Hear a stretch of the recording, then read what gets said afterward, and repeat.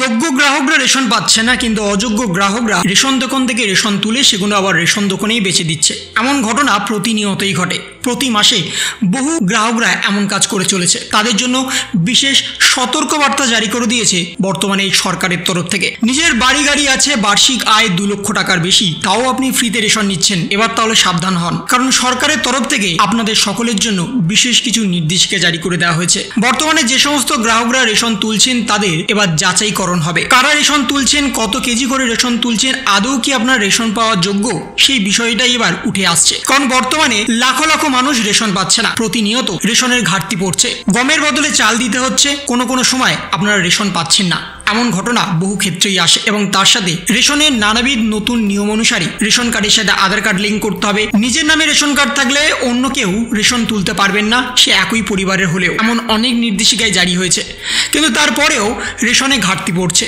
এবং সেই ঘাটতি মেটাতে এবার যাচাইকরণ শুরু হচ্ছে। এবং সেখানেই বলা হচ্ছে, নিজের বাড়ি বার্ষিক আয় 2 লক্ষ টাকার বেশি, তাও ফ্রিতে রেশন তুলছেন, তাহলে সাবধান হন। করোনাকালে প্রচুর সংখ্যক মানুষ যাদের রেশন কার্ড রয়েছে তাদের বিনামূল্যে রেশনের সুবিধা দিয়েছিল কেন্দ্রীয় সরকার।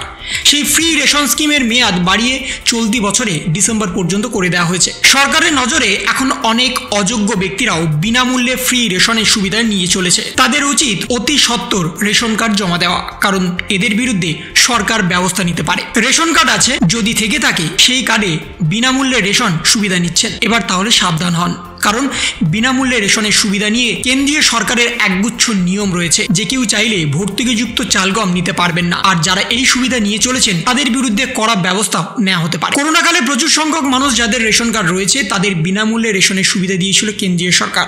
সেই ফ্রি রেশন স্কিমের মেয়াদ বাড়িয়ে ডিসেম্বর পর্যন্ত করা হয়েছে এবং জানা গেছে বর্তমানে একাধিক অযোগ্য ব্যক্তিরা বিনামূল্যে বর্তমানে ফ্রিতে রেশন নিচ্ছেন এবং সেই রেশন তোলার বিরুদ্ধে এবার সরকার উপযুক্ত ব্যবস্থা নিতে চলেছে। কারা ফ্রি রেশন নিতে পারবেন না সে বিষয়ে একটা বড়সড় নির্দেশিকা জারি করা হয়েছে।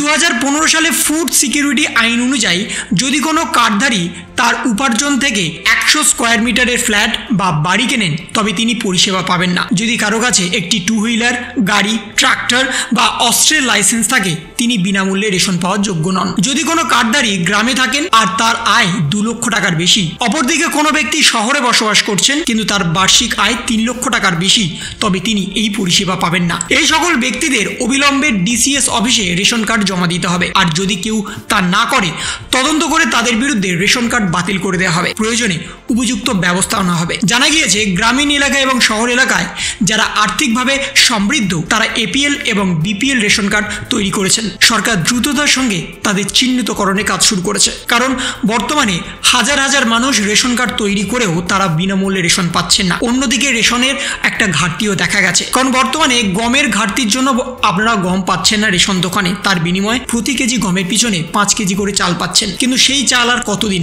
এবার চিহ্নিতকরণের কাজ শুরু হয়েছে এবং ইতিমধ্যেই একাধিক মানুষের রেশন কার্ড বাতিল করে দেওয়া হয়েছে। বর্তমানে এমন অনেক মানুষ দেখা গেছে যে মানুষ আর পৃথিবীতে নেই, কিন্তু তার কার্ড ব্যবহার করে তার পরিবারে রেশন তোলা হচ্ছে, সেই সমস্ত ব্যক্তিদেরও চিহ্নিত করা হচ্ছে। বর্তমানে একাধিক মানুষের আবার রেশন কার্ডের সাথে আধার কার্ড যুক্তও নেই, তাদেরও চিহ্নিতকরণ করা হচ্ছে। বর্তমানে এমন অনেক ঘটনাই ঘটেছে এবং সেই সমস্ত কিছুর ওপরে এবার সরকার বিধিনিষেধ জারি করছে। সরকার সতর্ক করে দিচ্ছেন আগে থেকেই রেশন গ্রাহকদের জন্য। এবং তার সঙ্গে বর্তমানে বিধবা ভাতা, বার্ধক্য ভাতা, লক্ষ্মী ভাণ্ডার এবং মানবিক প্রকল্পের অধীনে ফেব্রুয়ারির 1 তারিখ থেকে আপনারা পেতে চলেছেন 1000 এবং 2000 টাকা। রাজ্য সরকারের তরফ থেকে ঘোষণা করে দেওয়া হয়েছে, যারা যারা এই মুহূর্তে টাকা পাননি, অর্থাৎ জানুয়ারি মাসেও টাকা পাননি, তাদের ফেব্রুয়ারি মাসে অতি অবশ্যই টাকা আসবে। সেই জন্য রাজ্য সরকারের তরফ থেকে একাধিক ঘোষণাও করে দেওয়া হয়েছে। যদি আপনারা নতুনভাবে লক্ষ্মী ভাণ্ডার, বিধবা ভাতা, বার্ধক্য ভাতা বা মানবিক প্রকল্পের জন্য আবেদন করতে চান, তাহলে এখনও আপনারা সরাসরি সমস্যা সমাধান ক্যাম্পে গিয়ে নিজেদের নাম নথিভুক্ত করতে পারবেন এবং যেটা চলবে 12 তারিখ পর্যন্ত। এই 12 তারিখের মধ্যে আপনাদের নতুনভাবে নিজেদের নাম নথিভুক্ত করতে হবে, অথবা যদি আপনাদের কোনো সমস্যা থেকে থাকে, যদি আপনারা দীর্ঘদিন ধরে টাকা না পেয়ে আসেন, তাহলে আপনারাও কিন্তু নিজেদের সমস্যা তুলে দিতে পারবেন সমস্যা সমাধান ক্যাম্পে। তার জন্য আপনাদের এলাকাতে কখন হচ্ছে, কবে হচ্ছে সেই বিষয়ে আপনাদের জানতে হবে এবং সেই বিষয়ে কিভাবে জানবেন তার ভিডিও কিন্তু ইতিমধ্যেই চ্যানেলে দেওয়া আছে। আপনি কিন্তু চাইলে সেই ভিডিওটাও দেখে নিতে পারবেন এবং আপনাদের জনসংযোগ সংযোগ ক্যাম্প কোথায় হচ্ছে, কখন হচ্ছে, সেই বিষয়টা আপনারা কিন্তু অতি সহজে খুঁজে নিতে পারবেন। তো এই ছিল একটা ছোট্ট ইনফরমেশন আপনাদের সকলের জন্য। যদি আপনাদের ভিডিওটা ভালো লেগে থাকে তবে লাইক করুন, শেয়ার করুন এবং অবশ্যই সাবস্ক্রাইব করুন। তার পাশাপাশি আপনার মতামত কমেন্টের মাধ্যমে জানান। ভালো থাকুন, সুস্থ থাকুন, ধন্যবাদ।